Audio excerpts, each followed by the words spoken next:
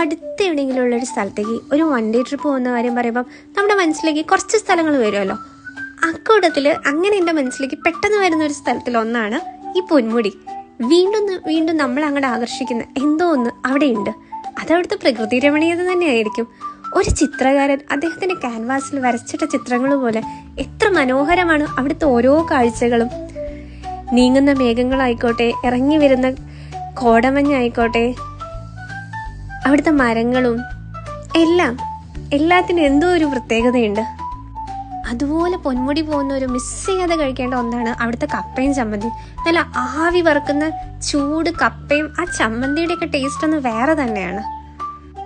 മുകളിലേക്ക് കയറിയപ്പം നല്ല കാറ്റുണ്ടായിരുന്നു. കാറ്റെന്നൊക്കെ പറഞ്ഞാൽ ഒരു രക്ഷയില്ല, അങ്ങനത്തെ കാറ്റായിരുന്നു.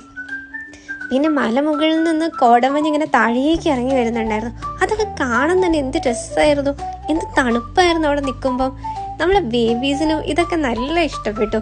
അവർ ശരിക്കും എൻജോയ് ചെയ്യുന്നുണ്ടായിരുന്നു. നമ്മുടെ റയാൻകുട്ടൻ ഇവ ബേബീനെ മടിയിൽ വയ്ക്കുകയൊക്കെ ചെയ്തു. പിന്നെ നമ്മൾ ഫാമിലി ഫോട്ടോസ് എടുത്തു.